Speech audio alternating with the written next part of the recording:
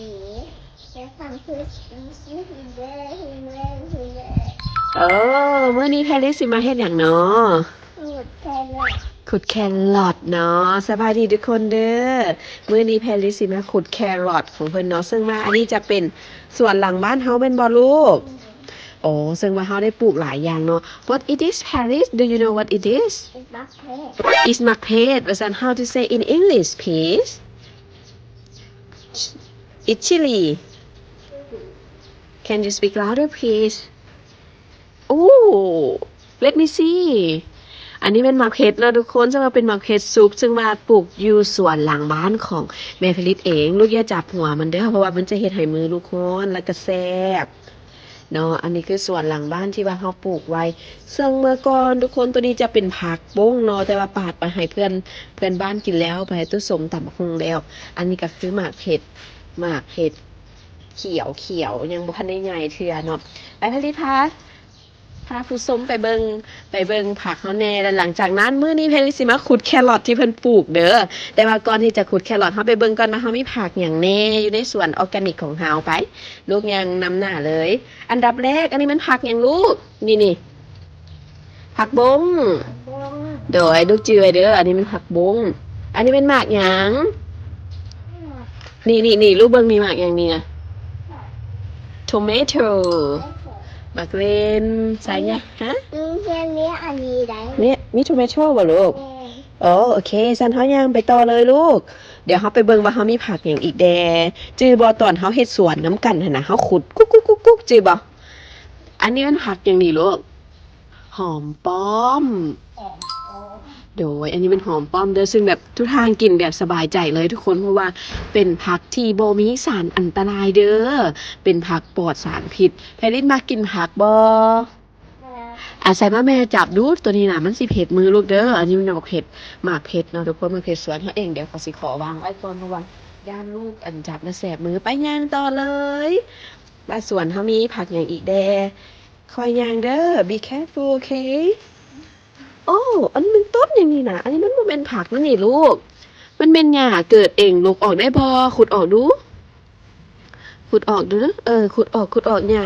แต่หน่อยแม่สิพามาปลูกหญ้าสักลงลุมๆลูกสักลงลุมๆแล้วมีสิบอกวิธีการเวลาลูกขุดลูกเฮ็ดจังซี่ลูกนี่สักลงสิตุ๊บสิแล้วจ้ะลูกดึงบัดนี้ลูกดึงออกดูดึงออกดึงหญ้าออกเลยจับต้นเราดึงให้แข็งสองมือเด้แข็งได้ปะสองมือได้ปะโอ้แพรรี่สามารถลงหญ้าได้แล้วใสมาให้แม่เบิ่งแม่มันหากยาวปานใดโอ้โหหากยาวบ่ลูกยาวหลายเนาะอันนี้เป็นหญ้าแล้วนี่น่ะบ่แม่นผักแล้วหั่นน่ะนี่ let's go โดยอันนี้เป็นหญ้าเด้อบ่แม่นผักโดยที่ร้านนี้ไข่เด็ก ล้างหากว่าโอเคจังหน่อยเด้อแล้วอันนี้ก็คือผักกาดซ้อมทุกคนหรือว่าหลายคนอาจจะเอิ้นว่าผักกาดดอกนี่เพราะว่ามีดอกแบบนี้มีดอกแบบนี้ส่วนออร์แกนิกของเฮาที่ว่าปลูกไว้เนาะคลิปก่อนเนาะที่แม่เพลิดเฮ็ดคือเฮ็ดหนานเนาะทุกคนก็บอกตัวนี้บัดนี้เฮามีผักกินแล้วเด้อโดยโอเคอันนั้นเป็นหยังหั่นฮู้บ่เป็นหยังหั่นลูกเขาเอิ้นว่ากระเทียมเด้อดึงขึ้นเลยอุ้ยแต่ว่าตู้สุกสิให้ลูกว่าตู้สุกเราเด็ดกินแล้วบ่ขุดจักเทื่อได้ตัวนั้นน่ะเดี๋ยวเฮาไปขุดแครอทเอาเนาะโอเคเอาใส่คืนเพราะว่าผักกระเทียมนี่ทุกคนเวลากินน่ะเฮาเด็ดแต่ใบมันส่วนรากมันนี่เอาไว้คือเก่าหน่วยกระเทียมนี่เอาไว้คือเก่าเพราะว่าเขาจะได้แบบเด็ดกินเอาโอเคgood มาวันนี้เฮามาเบิ่งอันนี้ผักหยังลูกผักบัวโดยผักบัวได้ออกแม่นหนึ่งเลยตัวนี้ก็เด็ดกินคือกันแต่ว่าทางลูกเพิ่นอยากลองขุดเบิ่งโอ้ย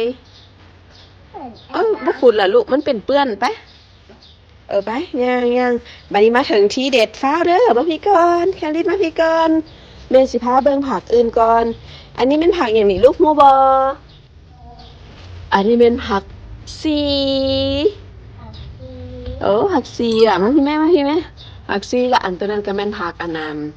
เดี๋ยวย่างไปอีกก่อนเด้ออันนี้แม่นผัก กาศซ้อมเนาะก็ได้กินหลายรอบแล้วเด้อนี่ได้กินไปครัวกินแบบสบายใจแบบบ่ได้มีสารอันตรายเลยลูกอันนี้มันผักอย่างเนาะอู้อันนี้มันผักเซเลรี่ลูกเซเลรี่ทุกคนรู้บ่ว่าเซเลรี่มันหยังกับผักอันนั้นเซเลรี่แหละ แบบนี้ก็บ่จักสิว่าเนาะอันนี้ผักเซเลรี่เนาะมีผักหลากหลายอย่างเลยเด้อ น่าจะว่า ฮะ เอาเป็นอะไร โดยอุ้ยอันนี้เป็นหยาหยุบแต่ทุกคนหยาหยุบเวลามันถึกเฮาต้องแล้วมันจะหยุบนี่โรซาไปโรซามันสิมาเผ็ดผักเฮาโรซาไปไว้ลูกไว้อ๋อตามให้ดิ โอเคมาวันนี้เฮาไปถึงที่เด็ดของเฮาแฮร์รี่เฮาสิไปขุดหยังลูกแค่หยังแครอทไปเบิ่งแครอทแฮร์รี่กันว่าแครอทที่แฮร์รี่ปลูกไว้นี่ มันใหญ่ล่ะบ่แม่ถามแน่ลูกเอาแครอทมาแต่ใส่ เป็นเฮียน ฮะ เป็นเฮียน โอมาแตงเฮียนตอนนั้นมันยังน้อยๆอยู่เป็นบ่ลูกเอาตอนนั้นบ่แม่นหญ้ายึบแล้ววันนี้อันนั้นมาปลูกได้ประมาณคือสิแม่นเดือนหนึงทุกคน นี่อันนี้มันต้นแครอทของเพลิดเด้อใส่เบิ่งขอสิพาขุดเบิ่งเนาะวันนี้เพลิดสิลองขุดแครอทเบิ่งให้มามีสวยบ่ สวย ก่อนอื่นหมดเขาต้องเอาผักบ้งออกก่อน นี่ดกผักบ้งออกก่อนไหมลูกเว้นมาพี่มาวางใบเมย์พี่โอเคมาวางไว้ขึ้นนี่ดกผักบ้งตัวนี้ออกก่อนลกออกอยู่อ้อมข้างแครอทหันลกออกเลยลูกแค่ละต้นก็ได้ลูก2 ต้นก็ได้อย่าลกหลายอันนี้ได้ลูกแค่ละ2 ต้นสิแม่บอกนี่ติดสินี่เนาะแพรรี่กำลังสิขุดเอาแครอทเพิ่นเพราะว่าเพิ่นมาปลูกแครอทอยู่ทางนี้ตั้งแต่เพิ่นเอามาแต่โรงเรียนแม่นบ่ลูกอันเว้าสู่แม่ฟังเด้อตอนลูกไปโรงเรียนได้ครูพาไปใส่ไปสวนบ่มันเป็นแนวใดเป็นสวนแล้วมีแครอทบ่ลูก มีอะไร โอ้โอเคดินถึกตื่นแล้วบ่เป็นหยังมามีสวยเดี๋ยวก่อนเขาจะไปแกะแครอทเนาะทุกคนเขาจะไปหลกผักบ้งออกก่อนแพรรี่ก็หลกขึ้นไปหลกช่วยกันมาหลกทางไหนพี่แป๊บไม่เข้าโฮมปะทางไหนพี่ยืนพี่ลูกโอเคหลกเลยหลกผักบ้งที่บาอ้อมแครอทเพิ่นออกก่อนเนาะเพราะว่าแครอทเพิ่นปลูกไว้หั่นโอ้ฟ้าวเด้อเด้ต้นแครอทแพรรี่นะตอนเอามาปลูกมันหน่วยใหญ่คือหน่วยน้อยลูกหน่วยน้อยลูกเอาแม่ถามคือดามันใหญ่แล้วบ่ใหญ่ซ้ำไหนเฮ็ดมือเบิ่งว้ายซ้ำนั้นหว่าแต่มามีเฮลอยู่โอเคก่อนอื่นเขาต้องขุดจังซี่ก่อนเฮาบ่ฮู้ว่าแครอทมันสิใหญ่ซ้ำใดล่ะเอาลูกขุดแบบแม่เฮ็ดดูตอนอยู่โรงเรียนลูกดึงเลยซ้ำบ่ใจร้องดึงเบิ่งมันสิได้บ่มันสิบ่ขาดบ่โอ๊ยออกมายิ้มจับโซกันยิ้มมาดิยิ้มมาดิยิ้มสิโอเคเอามือออกทั้งลุมแดเอามือนี่ลงโอเคยิ้มเด้ยิ้มได้ไหมยิ้มใส่แม่ใส่กล้องให้เดี๋ยว3 กล้องนี่1 2 3โอเคแครอทแฮร์รี่มันซ้ำเก่าตัวนี้ลูกเห็นบ่ซ้ำเก่าบ่จ้ะทุกคนมันเป็นหากอันนี้ขึ้นอยู่นี่แต่มันซ้ำเก่าเลยหรือเขาสิปลูกไว้คืนบ่ลูกแต่มันใหญ่ๆเนาะเพราะว่ามันยังกินบ่ได้เทื่อเอาปลูกคืนซะลูกขุดก่อนมันกำลังสิออกหากจับปลูกไว้คืนก็ได้ใส่นี่ตัวลูกใส่นี่โอเคทุกคนมันน้อยโพดเพราะว่าตอนเฮามาปลูกกระซ้ำนี่แหละน่าจะแม่มันหักก็เริ่มติดเพราะว่ามันเริ่มหักก็มีหากออกมาทางข้างนี่เห็นบ่นี่มันหักก็เริ่มมีหากออกมาพอมันหักกระติดตอนนั้นมันจะเป็นเหี่ยวๆเนาะใบมันจะเป็นเหี่ยวๆแต่ใบมันแบบเริ่มแบบแข็งแห้งแล้วโอเคเฮาปลูกไว้คืนเนาะสิปลูกไว้คืนเด้อเพราะว่าอยากให้มันใหญ่เนาะทุกคน